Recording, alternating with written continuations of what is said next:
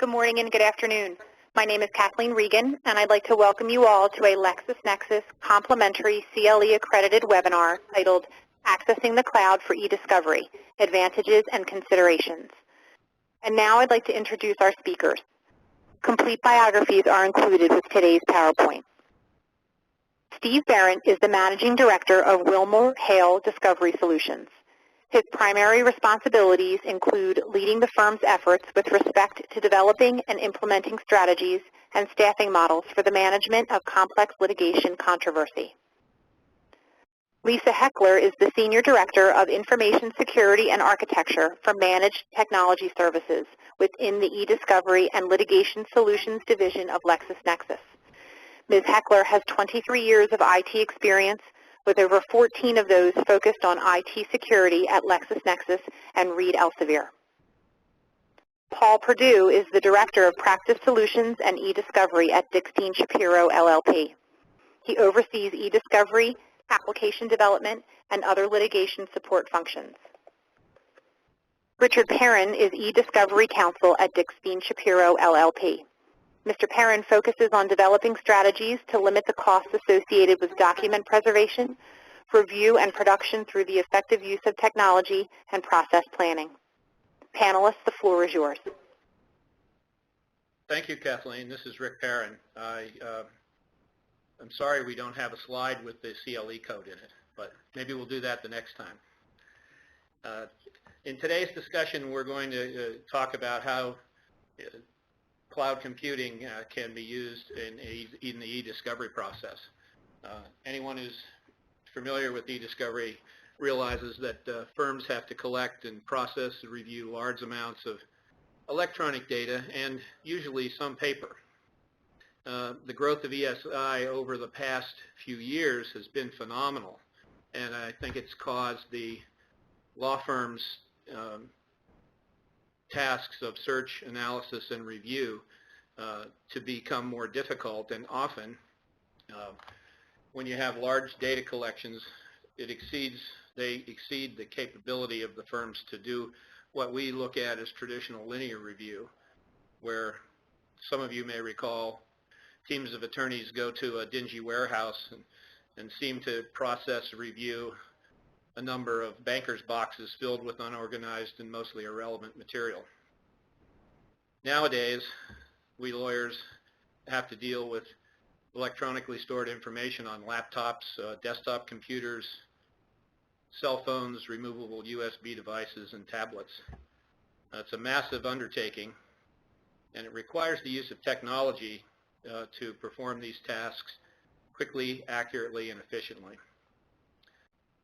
And as lawyers, we're faced with the task of resolving the competing interests of our clients and of the courts and the federal rules that require us to perform discovery in a certain way. And the client wants discovery to be done at the lowest possible cost, even though they don't really have good ideas about what the lowest possible cost is.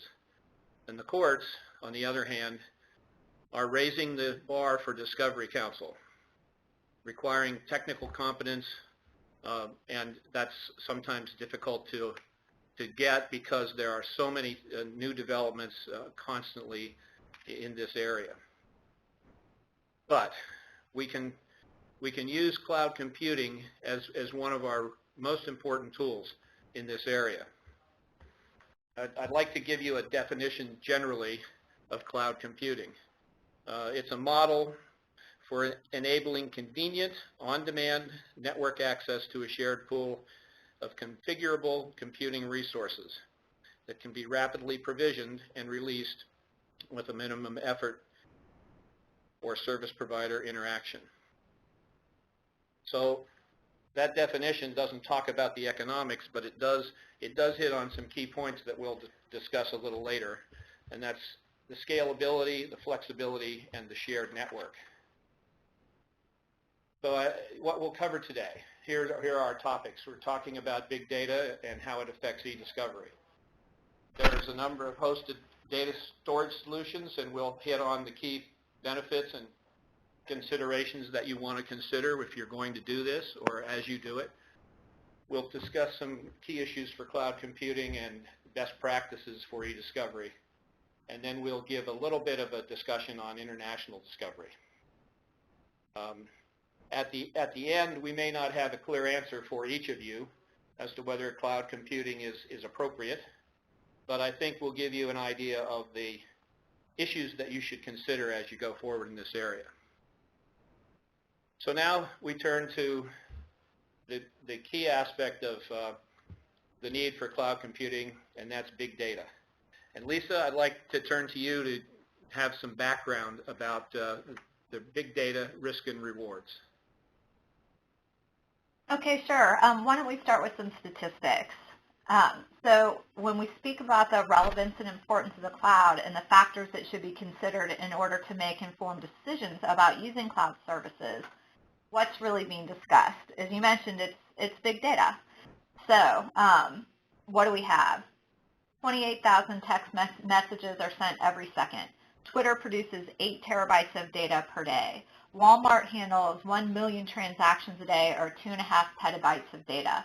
Google produces 20 petabytes of user-generated data every day. That is a lot of data. And when you think about it from a law firm perspective, not too long ago, a 50 gigabyte matter was considered a really big electronic file and something that needed to be, managed, maybe an increase in our infrastructure to accommodate. But now it's considered a medium-sized matter and handled a bit more as a matter of course. So data is getting bigger every day. The amount of data that's collected is phenomenal. So if we can continue on to the next page. So how much data is being created? Well, 90% of the data worldwide has been created in just the last couple of years. So cloud growth has focused primarily in the United States. 50% of worldwide cloud computing revenues originate from U.S. sources. Forbes survey of corporate litigation departments says 75% of respondents use a cloud platform, with 60% using software as a service. And we'll talk a little bit more about what does software as a service mean a little bit later on in the presentation. Okay, in 2008, 46 million. In 2014, 1.4 billion, or 1.5 billion rather, estimated in terms of e-discovery spend. So what else do we have? 35 zebytes. I don't even know what a zebyte is at this point. Quite a bit of data, I think, in 2020. 12% e-discovery spend over last year. 70% of law firms reported an increase in workload for their litigation support and e-discovery departments. I think it's phenomenal, the amount of data growth, especially the slide that 90% of the data worldwide has been created since 2011. That's just dramatic. And what I'd like to do is to ask Paul and Steve if they would comment on how this phenomenal growth of electronically stored information has impacted their respective firms, and how are they conducting their discovery work now? Yes, this is Paul. Very simply, it just means that firms and litigation teams have a lot more stuff to manage, a lot more stuff to deal with. So there, are the obvious technical challenges of dealing with, increasingly expanding volumes of data. But that also means that there are more costs associated with that, both, to the law firm and having to be capable of handling those large volumes of data, but also to the clients who end up paying for the services to get those data into a format that the law firms can use. So more data means more to deal with and more costs. Yeah, I would agree. This is Steve Berrent. I would agree with that. You know, as was stated before, while a 50 gigabyte matter was considered years ago to be quite sizable, today that really is routine. So along with that, we're still up against the laws of physics. So if we get a 500 gigabyte matter or a terabyte matter, the processing time increases, the data transfer time increases, the ability to access it from multiple locations can be hampered if you don't have an infrastructure in place. Years ago, we were asked by a client to host a terabyte of data for them, and we were unable to. And from the firm's perspective, that was an unacceptable answer. So we had to think strategically about what do we need to do, what investments do we need to make, what planning do we need to undertake in order to support our clients and their needs in the context of these growing data volumes. Steve, do these changes mean that your discovery work at WilmerHale has now become, is that a profit center for the firm? Do they look at it as do your firm management look at discovery as a profit center? Some firms have built discovery groups that are out there providing advice and counsel on discovery issues, whether they be information governance or just becoming discovery counsel for a host of clients. We approach it differently. Our discovery services are to support our largest practice. So we're a law firm dealing with litigation and regulatory investigations and other similar things first, and e-discovery is something that we need to do, and we need to do well in order to support those practices. So we approach it a little different than a true revenue generation opportunity, and more as an opportunity to bring more efficiency, more value to our clients. Yeah, that's a good point. I mean, there are different approaches. Different firms will take different approaches, and like Steve said, some may look at the e-discovery or litigation support services as a potential profit center. Others may look at it as just the cost of doing business, whereas others, like Steve, and I think we take a similar approach.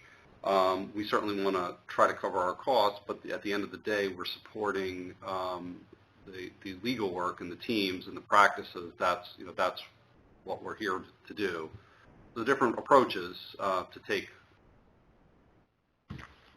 And if you think about the cost saving opportunities for clients, there was a recent study by the RAND Corporation that found that for the cost of discovery, 73% of it can be attributed to review.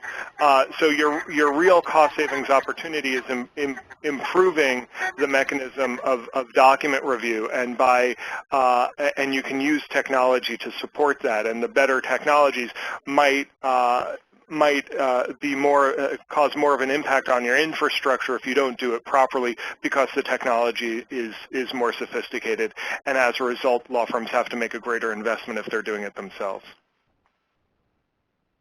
We agree with that. Let's turn a little bit now to how big data is being addressed by courts and bar associations, and the bullet points here indicate that ESI poses a significant risk to both counsel and clients, and collection, preservation, and review and production, as Steve had just mentioned with the RAND study, it's the most, document review is the most expensive part of that discovery process. And as I had talked about this before, we've got pushback from the clients, and so law firms are seeking ways to make the process more efficient.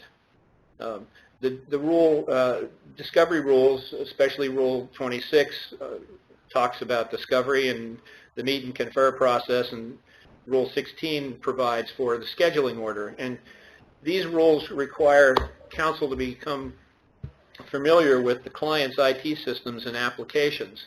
And you have to do that in order to be able to advise the client on preservation and collection. and sources, you have to identify sources of electronic information that are reasonably accessible. And if you have things that aren't accessible, such as archived data or legacy systems, you want to be able to identify those so you don't have to include those in your collection and production. There are cases that are talking about counsel's obligation to certify that discovery is reasonably complete. That's Rule 26G. And some counsel have been sanctioned because of their failure to do sufficient due diligence on the discovery process. And so you have to talk to your client about sources of information. You have to investigate whether the client has turned over all the rocks to find the sources of electronic information. And you don't want to waste the court's time or your client's time by doing a bad job, because once you go down the path of having the court think that you're not doing discovery properly, you're going to have a long case. Steve, you have anything you'd like to add to this? Yeah, I think it's important to understand that as the data volumes increase, the expectations of us as outside counsel or within a GC's organization or litigation support professionals increase as well. And I think a recent recognition of that increasing responsibility is the ABA Ethics Committee has come out with an expectation that lawyers ought to be familiar with technology, and it's I think going to be more difficult for us to claim ignorance about these computers and all these ones and zeros, and the expectation of us is growing. So we need to step into this and get a deeper understanding of it. And not to, state the obvious, it's also an opportunity to, to come up with a reasonable, rational plan to deal with these increasing volumes of data.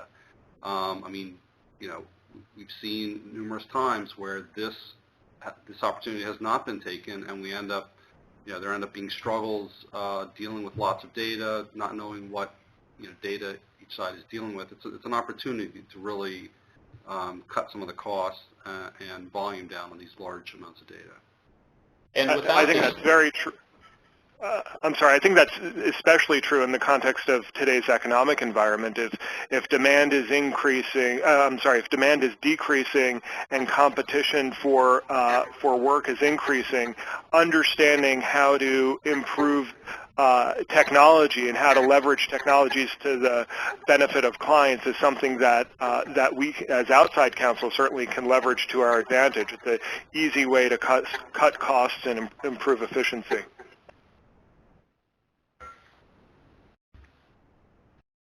Let's turn to how the legal sector has been responding. We've talked a little bit about this in the comments that were made, but I wonder, Steve, if you could you generally describe your firm's litigation support structure? Give us a little more background than you provided earlier. Sure. Go ahead. Sure. I'll be quiet and let you add. You can tell we're not in the same room. How does your firm deal with big data in some of these areas here of in-house expertise and litigation protocols and also technology investments? Sure. A number of years ago, we were facing the question, what do we want to do about this? And we listened to our clients, and they were saying that the expectations of you as our outside counsel is high, and you have too much experience in large-scale litigation, large-scale regulatory matters, and antitrust matters not to do this well. And we had built a strong foundation over the years, but used this as an opportunity to really take the next step. So we had essentially a three-prong approach. We first invested in a technology for e-discovery. So we brought in-house a document review technology that we felt was more advanced and would give us benefits and give our clients benefit. It was the technology was a mechanism that we could use to, again, increase efficiency, reduce the cost, and also recognizing that there's a temporal aspect to e-discovery and document review. There's value in knowing the more important documents more quickly as opposed to just whenever they happen to turn up. So how can we do that effectively through technology? The second part of that was on the people side. So we continue to invest in people. For years, we've had a robust staff attorney program who are attorneys who are focused on matter management, project management, if you will, e-discovery, substantive e-discovery law, talking about, what is not reasonably accessible due to undue burden and cost and those types of issues, and also expert in document review management. How should we approach this review rather than having folks who might not have had a significant exposure to document review, ensuring that we had a team who can run these reviews well. We also invested in hiring what we call discovery attorneys who are document review attorneys who work out of our Dayton, Ohio facility, and as a result we're able to have high quality document review work done by WilmerHale lawyers who are our employees, but because of the physical location, we're able to offer their services at a lower cost. So those two things, again, the technology and then the people, and then a team of technologists, whether it be lit support or true IT folks, built to support it. And then the last leg of it was a methodology. Let's think hard about how we want to approach document review. Let's think creatively. We've been doing document review too long. Let's not be hampered by our expertise in an old way of doing things. So let's think about it anew in the context of the opportunities that we have today and try to improve that. And that was an investment that we made, again, recognizing the opportunity, recognizing that our clients were looking for leadership from their law firms, looking for leadership to recognize that they, as outside counsel, are under greater pressure from their CEOs, CFOs, whomever, to cut down on their spend. And I disagree that discovery is of low value, but I think the cost is disproportionate to its value. So that's what we've done over the past number of years.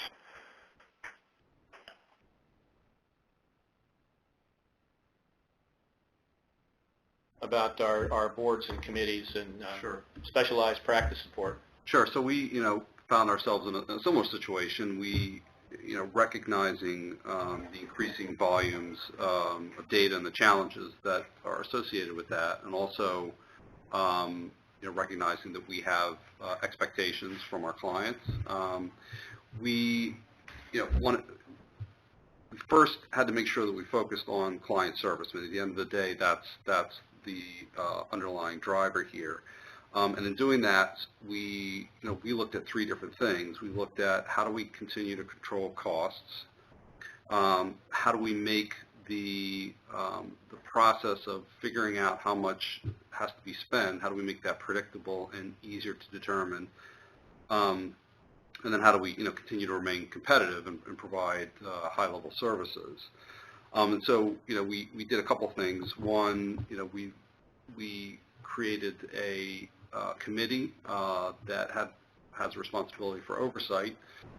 That's made up of attorneys and associates and partners and other folks whose role it is to review and provide advice and consultation not only to technical staff but also to the firm as well. We also, of course, have a staff of highly skilled professional individuals whose job it is to manage the functional capabilities of the technology that we have.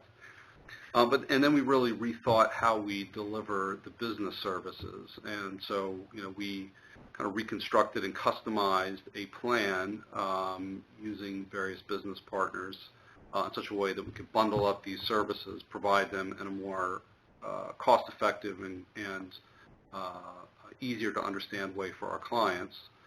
We branded that, called that ESI Predict. All in an effort to deal with the expanding data size, data volumes, and challenges that go with that.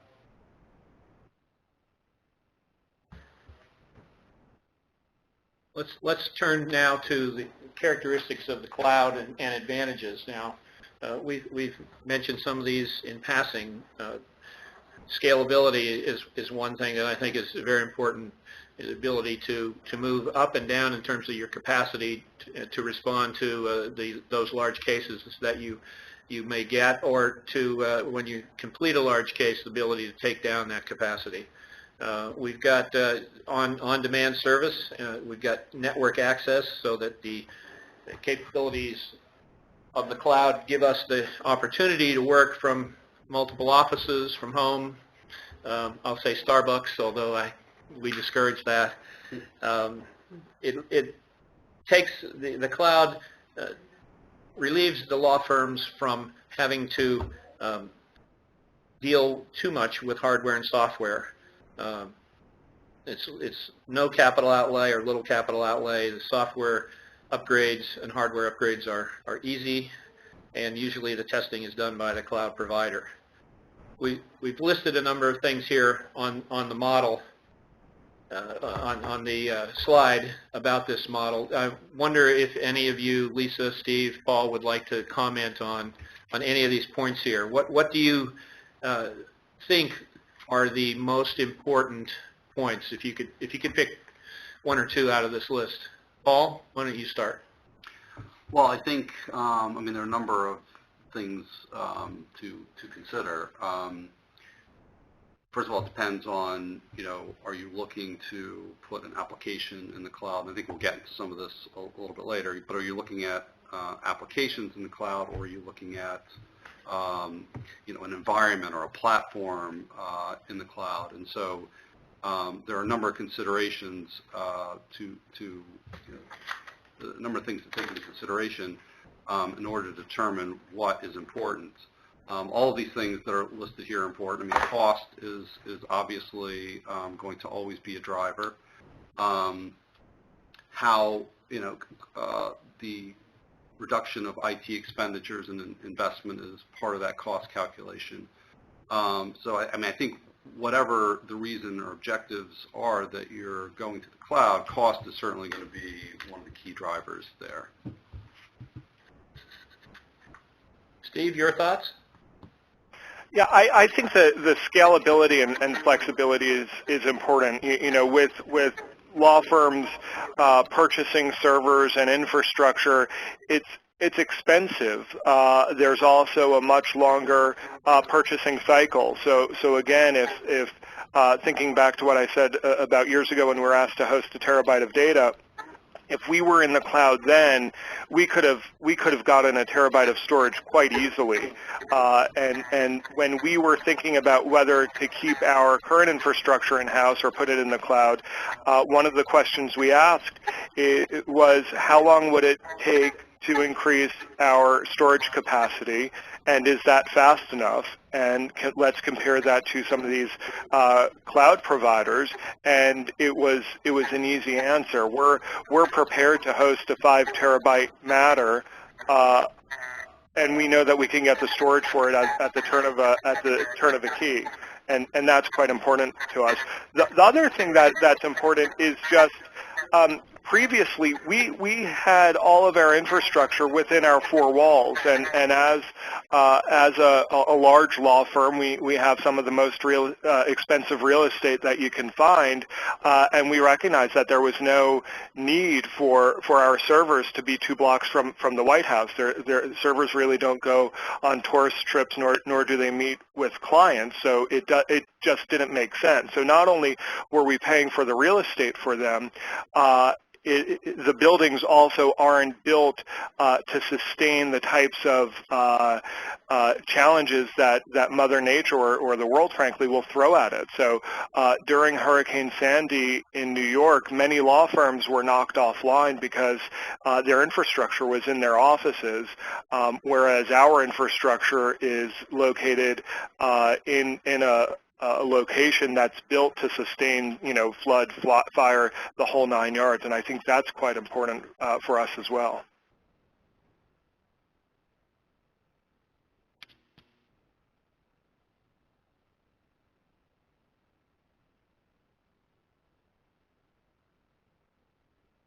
Did we lose Lisa?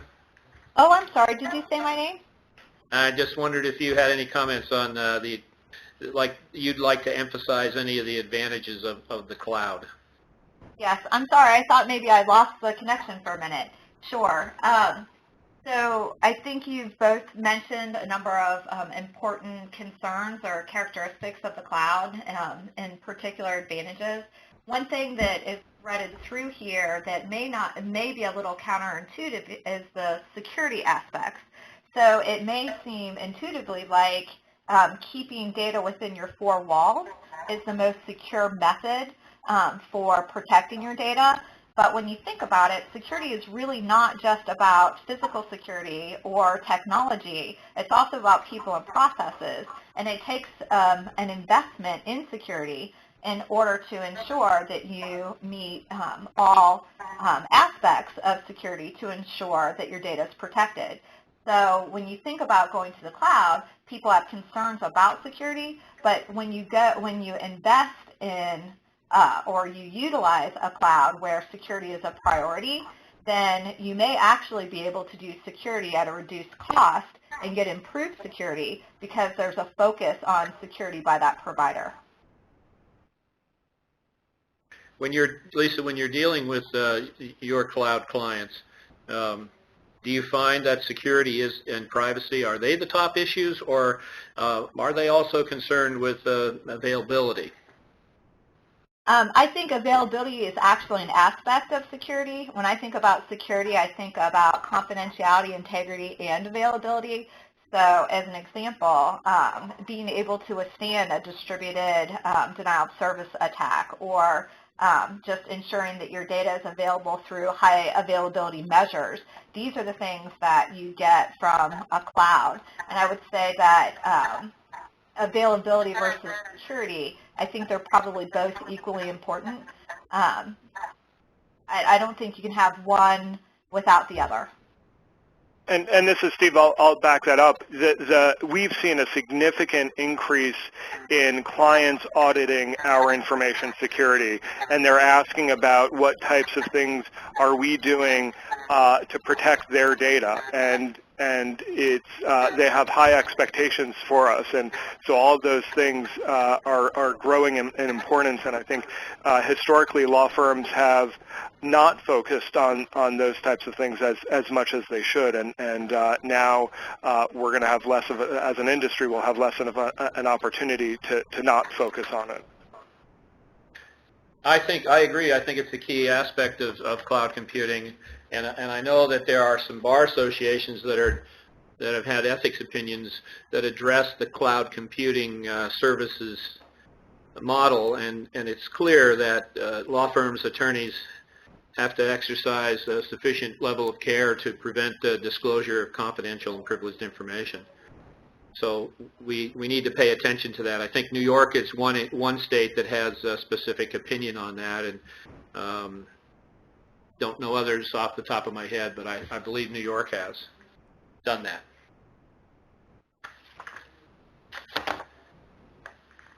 Any other comments from our group here about the concerns about managing data in the cloud? If not, we'll go on to the new e-discovery issues and concepts. We wanted to raise several points about newly developing areas.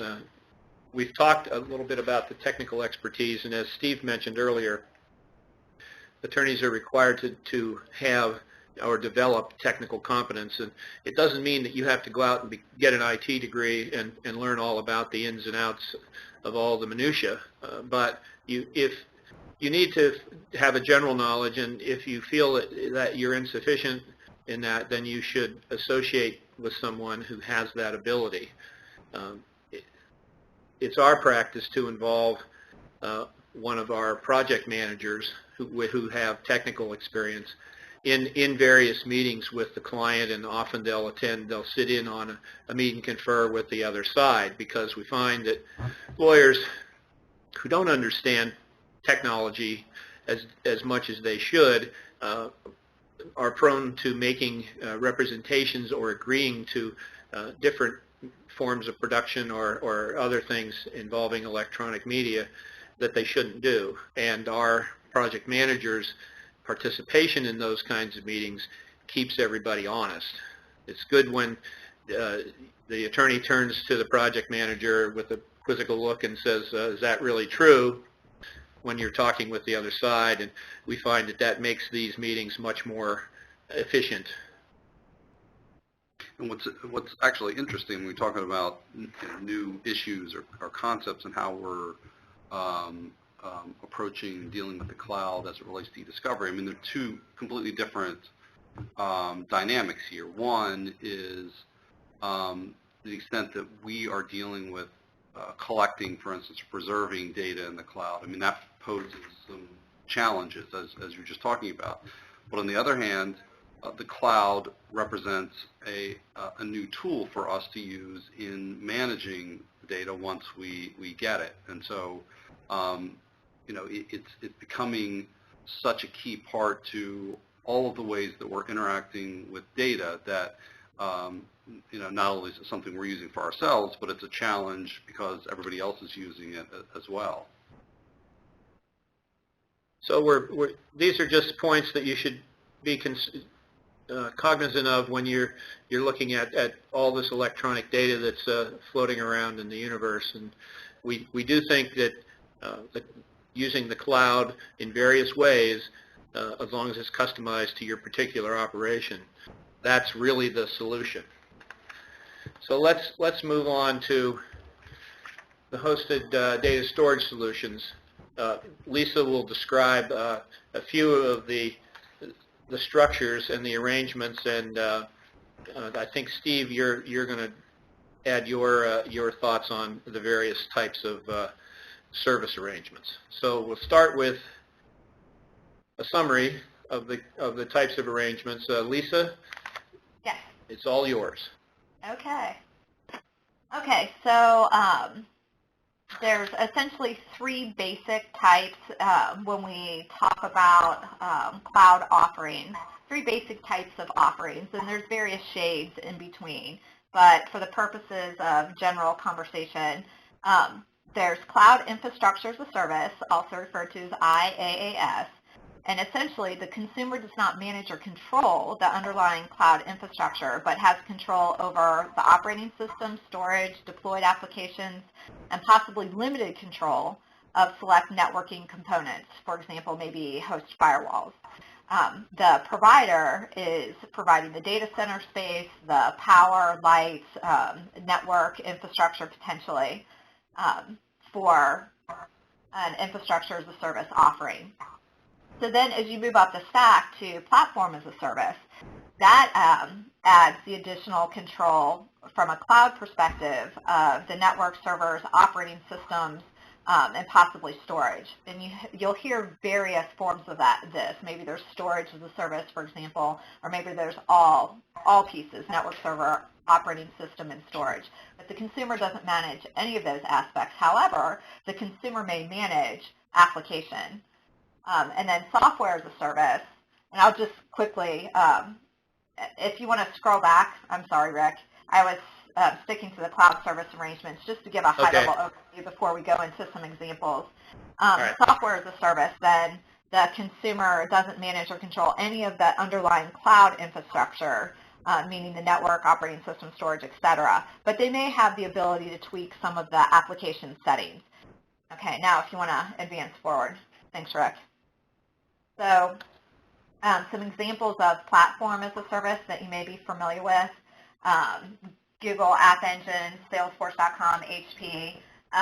We provide platform, we LexisNexis provide platform as a service. Essentially what this is might be generalized platform as a service where HP is providing all the way up through the operating system, but you may layer on some application. Salesforce.com, for example, essentially hosts very specific types of services within Salesforce geared towards a certain market segment. Advanced. There we go. So infrastructure service, probably the one you're most familiar with is Amazon Web Services, where they provide a number of different services around, let's say, application development might use Amazon Web Services, or another example that you might be familiar with would be, gosh, now I'm spacing it, the movies that you rent month by month.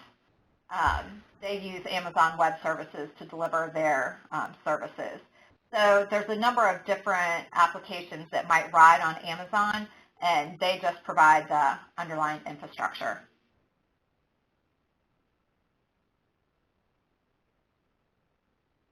Okay, and then software as a service, Office 365, it's specific applications that you might use. LexisNexis offers a variety of software as a service applications that you may be familiar with. So what you, in this case, you're just utilizing the software and the cloud service provider manages all the way down the stack. Okay, so cloud has become a very popular term these days. And we talk about it in essentially three different ways: public, private, and hybrid. Public cloud, we just talked about a few examples of public cloud. That's off of your premise. You may manage part of it. The cloud provider may manage part. We talked about the different forms. Private cloud, generally speaking, would be a cloud type of setup, but on-premise. And then a hybrid cloud would be a combination. So perhaps the storage, the data might be on-premise within your organization, but you may have some services that are running out in the cloud that access that data. There's another sort of in-between, and I've heard people refer to this differently, but public cloud could be that anybody can use that public service. For example, Amazon.com. There are some clouds that are referred to as private that are off-premise, so you have greater control over the service level agreements and that kind of thing that that cloud service provider offers, and you may have greater security considerations with going to what I would consider an off-premise private cloud. So it's off of your premise, but you have greater control, and it's not open to the public. It probably serves a certain market segment, for example, the legal segment.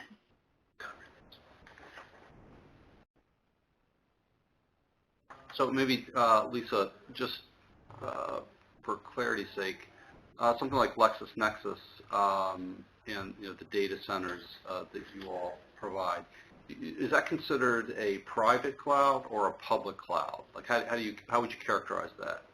So we would characterize that as a private cloud because it's off-premise, it's not open to the public, it serves a very particular market segment, for example, legal. It's not anybody can sign up and use our services. We have very specific requirements around the security that we provide and the service level agreements that we provide for our customers.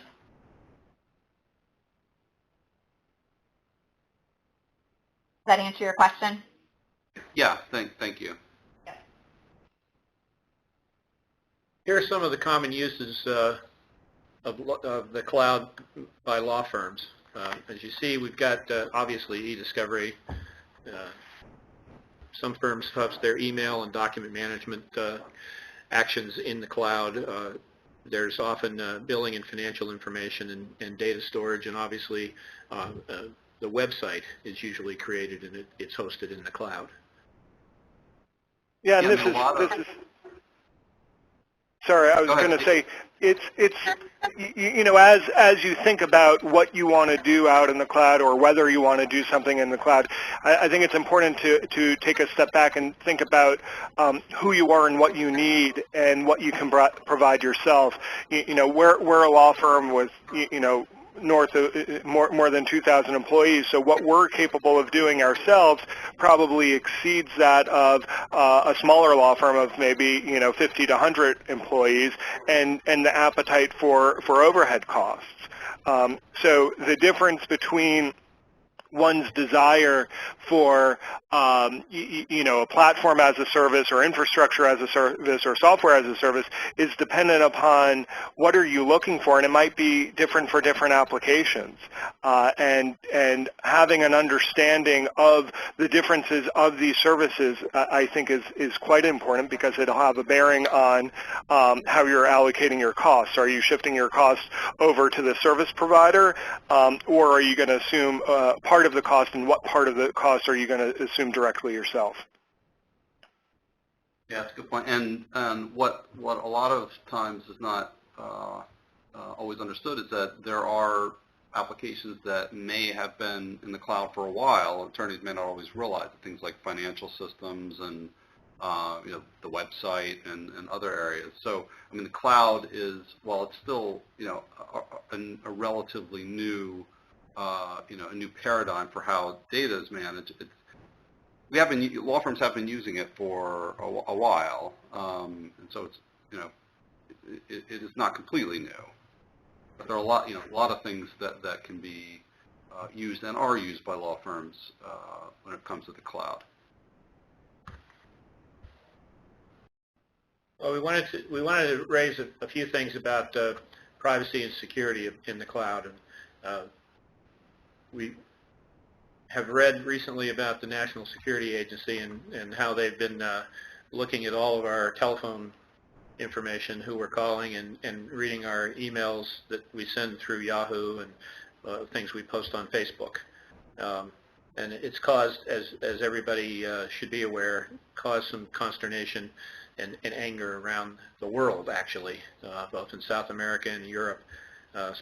Germany, for example, finance minister issued a press release suggesting that users may not want to use servers that are based in the United States. And we'll talk a little bit about international discovery later because of the differences in privacy between the United States and the European Union. There's also, you should be aware of personal clouds, Gmail, Facebook, Dropbox, that enable you. They're usually free services, and you can do a number of different things by putting data out there, documents. It's an issue for law firms, for example, whether they permit use of these services or not. And I know that there are industry groups that are collecting information on this. And in terms of Dropbox, I think it's an interesting note that Rackspace is internet evaluator, did a survey of IT professionals, and 60% said that cloud had reduced their need for IT, and 88% felt there were cost savings. The other problem we have is that there's an AmLaw survey that 66% of firms prohibit their lawyers from using public clouds, i.e. Dropbox and those things, but nearly 20% of the attorneys who were in these firms admitted to using these types of facilities. So it's something that we need to pay attention to. I don't know that there's a real solution to this at this point. Yeah, here we have an information security working group, and that's one of the things we talk about all the time. How do we balance our desire for security against our need to enable our attorneys to do their jobs? And sometimes it's providing alternatives. So instead of having Dropbox, with the capital D as a brand, perhaps will provide something that has the same functionality but has a bit more control. You also have to balance the risk. A lot of these software, a lot of these programs are mechanisms for folks who, for nefarious purposes, want to get into a firm, and you just have to analyze it. To what extent do you want to inhibit your employees from getting to certain places? And how do you enforce the policies, even though you have a policy like that? Yeah, it's hard. It depends on the question, or the issue. So we have a policy that folks ought not go to gambling sites from within the firm, and we have software that blocks access to those sites. But certainly there are times when, for business reasons, we have to go to gambling sites, and we have a mechanism where we can permit it, and we do those things on a transactional basis. But there are other things that are mushy. There, in terms of access to web email, it's something that we're cognizant of might be a risk to the firm, but at the same time, it's important that our employees have the ability to access it. So sometimes, in order to address those concerns, we do auditing. So we'll have outside providers come in and audit our security, audit both the technical security and the people security. They'll call our IT help desk and try to get credentials to log in from a remote location under false pretenses and try to see what happens. Are they able to? We'll send out, again, we'll have folks send out phishing emails, click on this to, win a free Chevy, and essentially the result is that you're providing an opportunity for someone with nefarious purposes to get into the network. And we do that. We have outside consultants do that for us, and if somebody clicks on what they shouldn't have clicked on, we'll use it as an opportunity for training. So it really depends on the question, and it also depends on the context of, we're a law firm first, and we can't do anything to prevent our attorneys from practicing and prevent us from doing what's expected of us. Yeah, it's a constantly moving target. You have to be Indeed. flexible and respond to issues as they come up. Indeed. And not be afraid to reevaluate things. So if you make a decision today, it doesn't mean that decision has to stick, in a couple of years.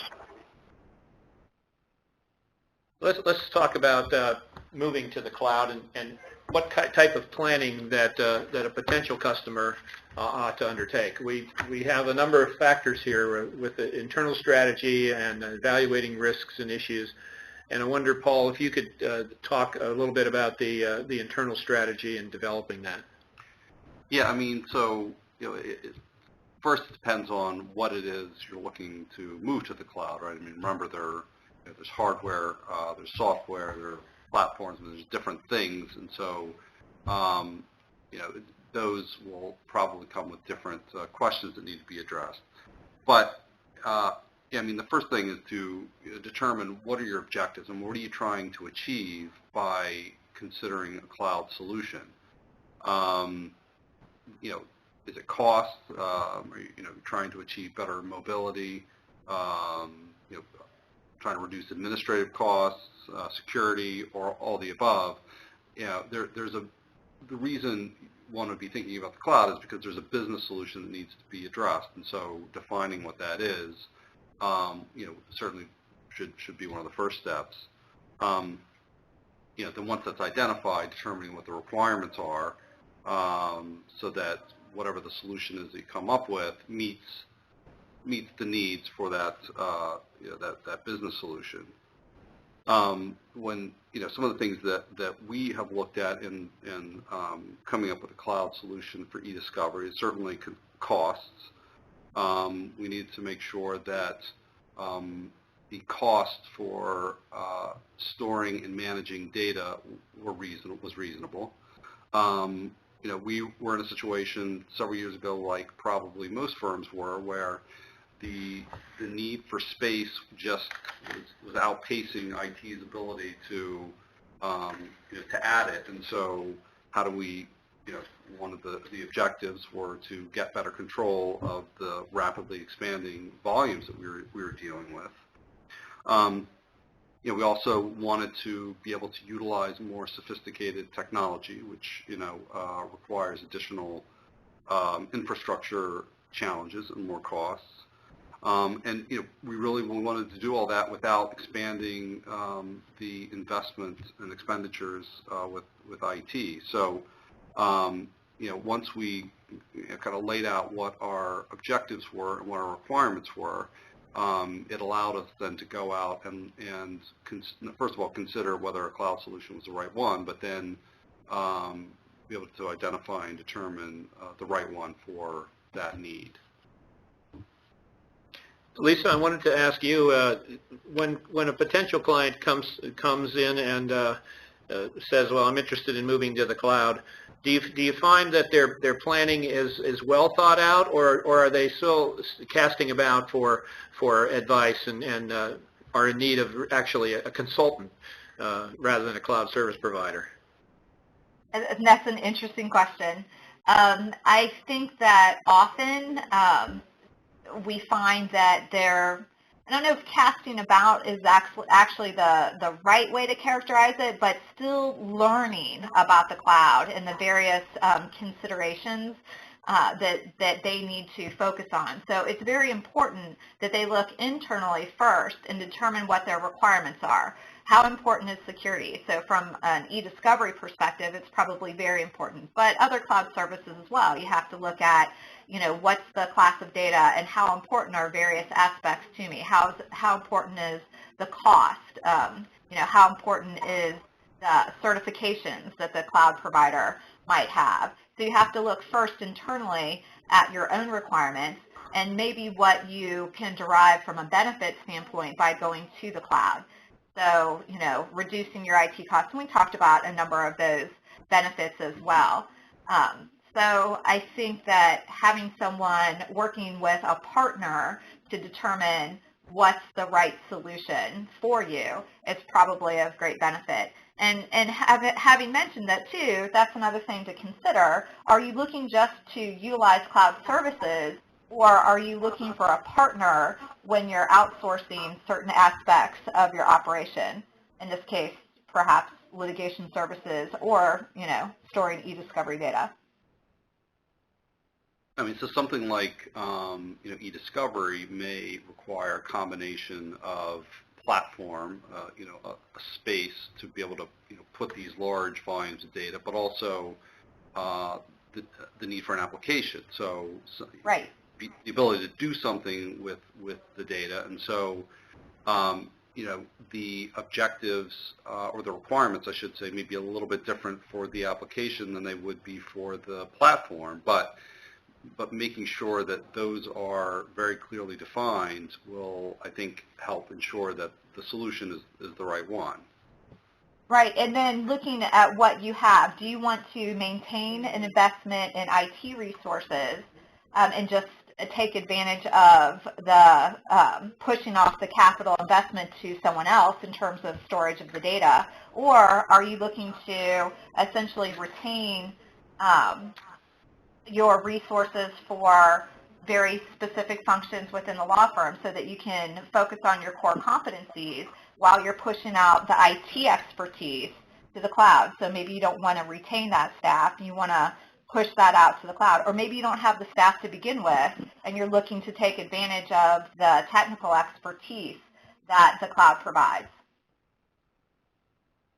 Lisa, I wonder if you could talk a little bit about the pricing models for either software as a service or platform as a service in terms of the types of pricing models that might be offered for these services. Sure. So there's basically three types of models: subscription, gigabytes hosted, and project-based.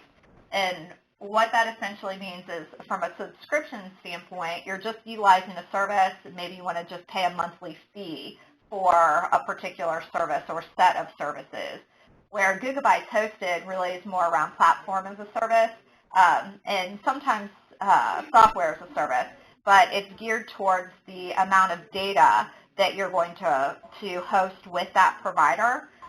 But baked into that Gigabytes Hosted would be all the services that you're utilizing that go towards supporting that. For example, high-speed data transfer services, for example, data handling services, what have you. And then there's project-based, which is really a matter of either overflow staffing, or maybe you do most things in-house, but you might have a particularly large project where you just want to take advantage of cloud services for scaling up so that you can accommodate that large project. Or maybe you don't have sufficient staffing to deal with a particularly large project and you need overflow, or maybe you only essentially maintain a minimum set of staff so that you can scale up to the cloud, but you essentially manage maybe the vast majority of the projects that you deal with. So you're not just giving a take it or leave it kind of model to a customer. You're able to sort of build the type of arrangement that maximizes the value to them. Is that what I'm hearing? That's right. It's not an all or nothing approach. There's a sliding scale. Another very, very important thing that we have on the slide here that's not necessarily doesn't necessarily go to deciding whether or not to go with a cloud solution, but once that decision is made, putting in place a good proof of concept, a good process for testing the benchmarks, that's important. I mean, it is a different paradigm, and so making sure that what it is that you are trying to achieve can be done with the solution that you're looking at is important. If it doesn't and you're stuck, that can be a problem. So, once the decision has been made, coming up with a proof of concept is a very important step. I wonder, Steve, if you could comment on whether you can take a test drive of your cloud arrangements. Have you had any luck with that? Will a cloud service provider let you sort of go out and drive around the block to make sure that the proposal, the operation is working the way you want it to work? Sometimes yes, sometimes no. If it's a smaller project, it's usually, especially software as a service, it's usually not something that the providers will put up significant roadblocks for. But if part of what you're asking them to do is create an architecture that didn't previously exist, oftentimes there's a reasonable case by the providers to decline that, and frankly, sometimes that's reasonable.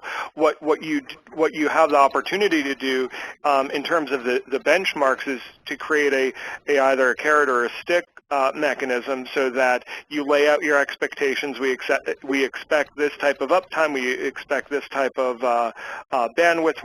We can't have this much latency, whatever it is.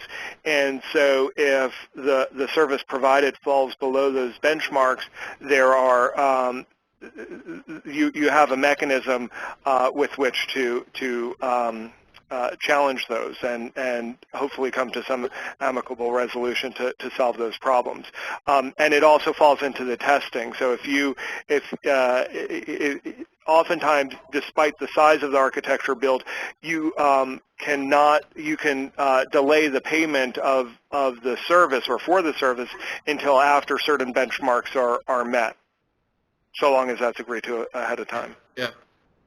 And if I may add to that, when you're talking about those large deployments, essentially from my personal experience, we have blueprints that fit different models such that you can take that for a test drive. And what you're adding to that, Steve, is that there's some important pieces to add to the contract in terms of expectation for availability. perhaps penalties for service, breach service level. So ensure you define your service level agreement within the contract. And then again, set expectations for performance and do your acceptance testing to ensure that you have adequate performance.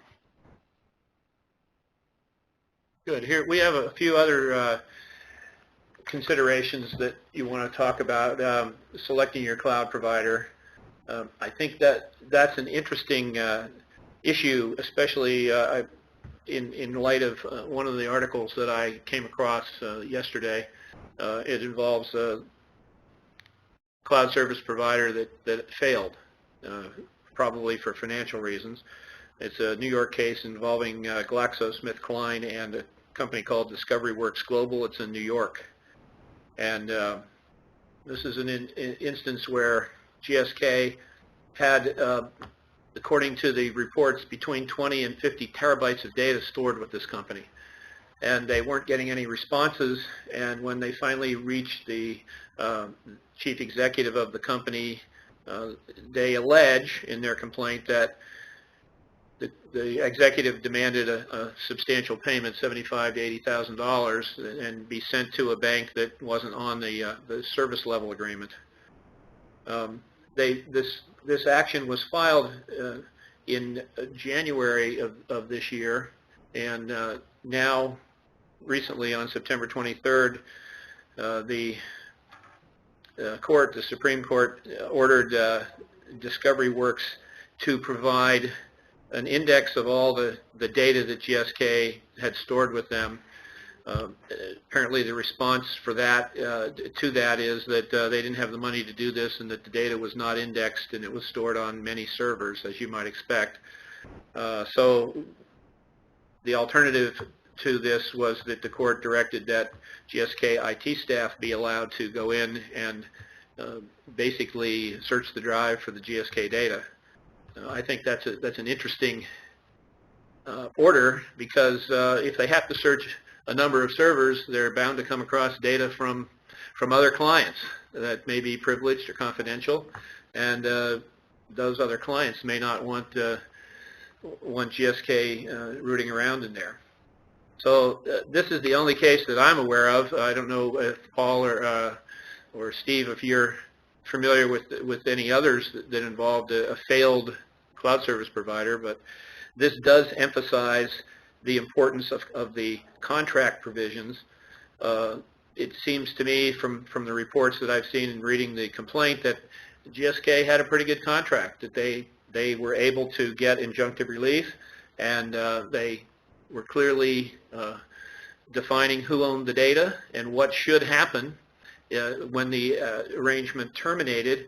Nevertheless, as Paul mentioned to me when we were talking about this earlier, the contract is only as good as the people who are parties to the contract, and if somebody is going to just ignore the terms and demand a ransom payment for your data, you've got a problem. Bigger than the contract. So anyway, I'm sorry. Oh, go ahead, finish your thought. We list some contract provisions here, things that you certainly want to include in the service level agreement about data ownership. You'd like to know where your data is going to be stored. I think that you want to know if it's stored in the United States or in a foreign country, because if it's in a foreign country, you may have issues getting it out, even though it's yours. You want to talk about how long the data is preserved, and if there's a third-party subpoena, do you have a right to challenge that? Do they give you timetables and things like this? And then also, what happens to the data when the arrangement is concluded? And you just reminded me of something else as well. Different options might have either shared servers or your own servers, and to the extent it's important to you, you ought to know ahead of time which one you're getting. Are other clients going to be on the same physical servers that you're on? And not only do you know whether or not the servers are in the United States or elsewhere, but can you know which servers your data actually exists on? So with Google, it's my understanding that you don't necessarily know which server your data might be sitting on for like Gmail and what have you, because they spread it out for various reasons.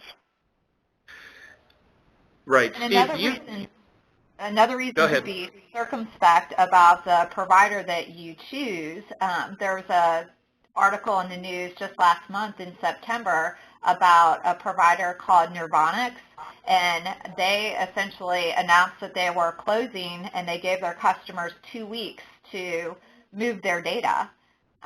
So you want to ensure that you consider the provider that you're going with, that you'll be able to get your data back should something go wrong, or do you anticipate that this provider's in it for the long haul, or are they just giving you a very inexpensive price and they may not be around in a couple of years?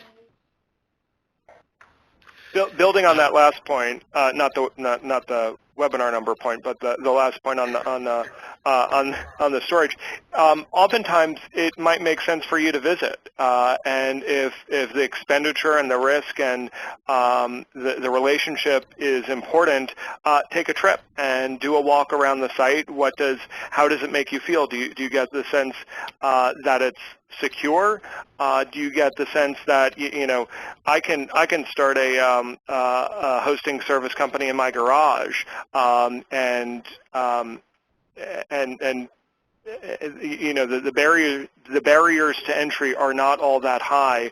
So taking a trip to look at the infrastructure and look at the facility might be important as well. Yeah, I went to Steve's garage to look at his data hosting center, but all I saw was his Ferrari. So. Yeah. Do you think it should be a best practice to maintain a copy of your data that you deliver to a vendor?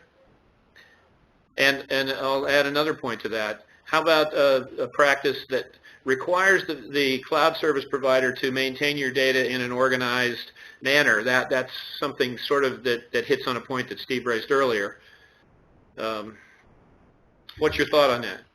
Yeah, I think it could be, again, depending upon the data. So when for our litigation support data, we maintain our original media, and we treat that as a record and enter it into our record system, which is in our physical control, and that's important to us.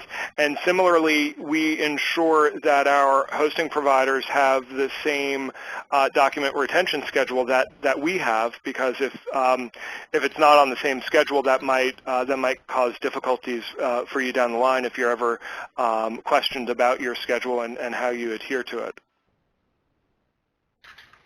Another piece to the point about being able to walk through the data center, if you would be subject to an audit, often your auditors want to do that walkthrough of that data center as well. And there are some very large providers that do not permit you to do that. So that might be another question that you consider in your requirements. Okay. And an obvious one is, has the provider, are they in the business of providing the solution that you're looking for? There's certain cloud providers who are in the business of providing certain kinds of e-discovery and legal services. That going with somebody like that as opposed to someone who has never done that or does something completely different might be a consideration as well. Let's turn now to international e-discovery. We'll go through this fairly quickly because we'd like to leave some room, some time for questions. So what we're talking about here, we've titled this, We're Not in Kansas Anymore. And I think that what we're trying to do is show that there's a real difference between the discovery provisions in the United States and those of foreign jurisdictions, and we'll focus primarily in our discussion here on the European Union and those countries that are signatories to the Hague Convention.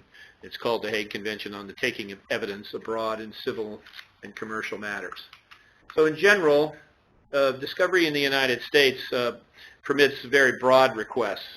I'm sure many of you have seen the request for any and all documents and every communication about a particular issue. And the rules, the federal rules provide that you don't have to have limit your discovery to evidence that is admissible, but you can seek information about documents or evidence that will lead to the discovery of admissible evidence. Now, contrasting with this, we have the foreign discovery, and generally, it's much more narrow. The courts don't allow the all and every requests. They require more of a rifle shot approach.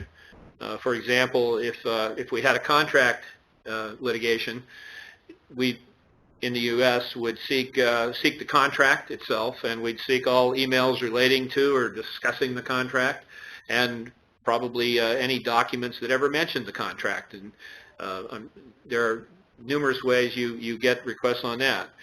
In the European Union, a litigant would likely produce only the contract itself and maybe those emails that had the contract attached and that was transmitted.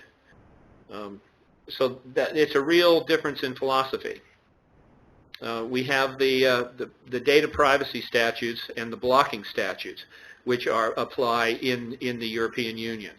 And the data processing statutes protect personally identifying information. They're very broad. They impose fines for violation, and personally identifiable information is given a very broad kind of interpretation. Personal data isn't limited to the person's name, address, or birth date, but it covers any data that either alone or in conjunction with other data could lead to the identification of a person. This is extremely broad. So we have to look at those blocking statutes. I'm sorry, data privacy statutes. The blocking statutes then, they are basically statutes designed to thwart discovery, in my opinion. What they do, they're basically criminal statutes, and they provide protections from making any disclosure of information. And they talk about processing and transfer. And these are key concepts in international discovery. Where'd this red line come from? Anyway. Processing is defined as any act that accesses the information. So if you collect data, or if you look at it, you review it, that's processing.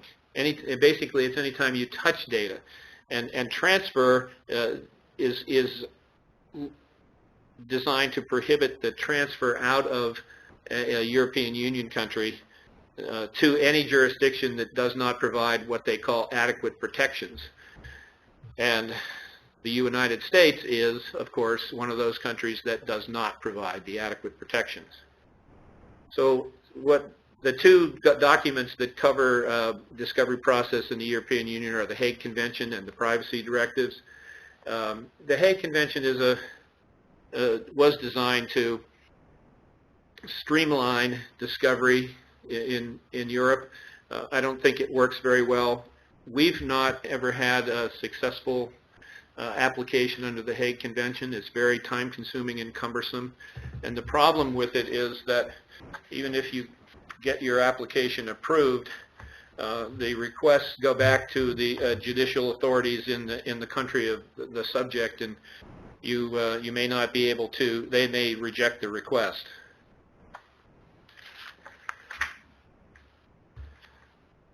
Some very quick tips for resolving foreign discovery concepts, conflicts. Use narrow requests. We think you retain local counsel is a good idea. Become familiar with the privacy laws and the blocking statutes. So in reality, at least our experience has been that discovery in foreign countries is difficult, especially when the producing party wants to resist, because they can hide behind many of these provisions, and they can make it expensive for you to pursue the information. So you might want to consider a very narrow request and look for alternative sources of the information. They may exist in other places. Steve, Paul, any comments to add on that? This is Steve. The only comment I have is someone put the European feelings on data privacy in context to me by saying once that in Europe they treat breaches of data privacy the same way. If we were to write an editorial in a paper thinking, I think the so-and-so is doing a bad job, such and such an elected official is doing a bad job, that First Amendment right to us is sort of at the core of our beliefs and at the core of our understanding of our government, whereas in Europe, that's how they feel about the data privacy. It's really core to their values that folks ought not be forced to disclose any information that could in any way be used to identify them or different aspects of their life. Yes, and it's not only the people who are involved in the particular transmission, but if somebody is discussed in an email, their personal information, their name is subject to these privacy laws, just like anybody who's a participant in the conversation. So it's really broad. If you're looking for some guidance on foreign e-discovery, I recommend looking at the Sedona Conference, International Principles on Discovery and Disclosure Data Protection. It's a December 2011 publication. I believe that the Sedona Conference is going to be addressing these again early next year. So they're always useful in terms of guidance, and I believe in their publication they actually have some proposed orders that you might learn something from. Final thoughts, outsourcing e-discovery to the cloud. This is a fairly long laundry list, but I think that we're reiterating the points that we made earlier in the presentation. I think that e-discovery is all about process. Technology is really important, but it's the process and how you use it. I think you need to focus on your relationship with your cloud provider, and they will be helpful to you in terms of the arrangements. And even though you come and do your planning as much as you can in advance, and then contact the cloud service provider and let them see what you're intending to do, and listen to them, because they're the experts. They've done it many, many times. Any last questions Any last comments, Steve? No, I think you summed it up nicely. We have a few minutes for questions. Well, one of the things here's a question, and I'll just put this open to all three panelists here. What do you see as the important developments in cloud services over the next 2 or 3 years? Paul? I mean, I would say, number one, it's going to be a part of or related to everything that we deal with, whether it's in terms of e-discovery, whether it's a tool that we're using to manage e-discovery, or whether it's a location that we have to navigate in dealing with clients at e-discovery. One of the things that I think we'll see more of is these blends of clouds where, again, what we're using, but also what our clients are using, are multiple clouds, which, again, will start to pose some challenges around navigation, understanding where data reside, things like that. But also, one other thing is, I think we're starting to see, and we'll continue to see, an increasing need for analytics advanced, more sophisticated tools to be able to know what, what's out there, what data exists, and how to get to what we need. But the cloud is certainly, becoming a part of everything that we do. I mean, that would be my point. Yeah. Steve? You want to wrap up? Yeah, I think that the changing nature of our practice is enabling us to do more creative and frankly smarter things with the way in which we handle data. I think while years ago it might have been something that we just couldn't do as a industry, which has moved to the cloud, I think it's much more widely accepted now, and it makes a heck of a lot of sense, especially when you talk about economies of scale, cost, security, and all those other things we've mentioned today. And I think there's tremendous opportunity for us. Lisa, we'll give you the last word. Okay, I would only add that the cloud will become ubiquitous as more firms, as well as just companies in general, want to focus on their core business initiatives while leaving the technical expertise to the specialists, and that there's a trend that's emerging with bringing the cloud to those that are still a little skittish about essentially taking their data off-site. And I think we'll see a transition with bringing a utility model, meaning a pay-as-you-go kind of model, where we bring the cloud to you until there's a greater comfort level, and it may stay with the cloud to you, or you may then transition to the cloud because you can get better economies of scale. And using the cloud, the last point here on our slide, never compromise on quality.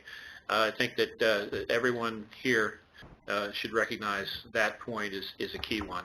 And the cloud lets you do a more cost-effective, efficient, and accurate job when you host your e-discovery applications there. So thank you very much, everyone, for attending. We have our contact information here at the end of the presentation, and if you have any questions, sorry we didn't get to cover a lot of different topics, but if you have any questions, I'm sure that any of us will be glad to either speak with you or exchange emails about issues relating to e-discovery in the cloud. Thanks very much. Thank you, and on behalf of LexisNexis, I would like to thank our faculty for an outstanding program today. To our audience, thank you for attending today's complimentary webinar. We ask that you please complete the survey that is being pushed to you now. Your feedback on products and services is an excellent resource for us. Thank you again, and have a great day. And that does conclude today's conference. Thank you for your participation.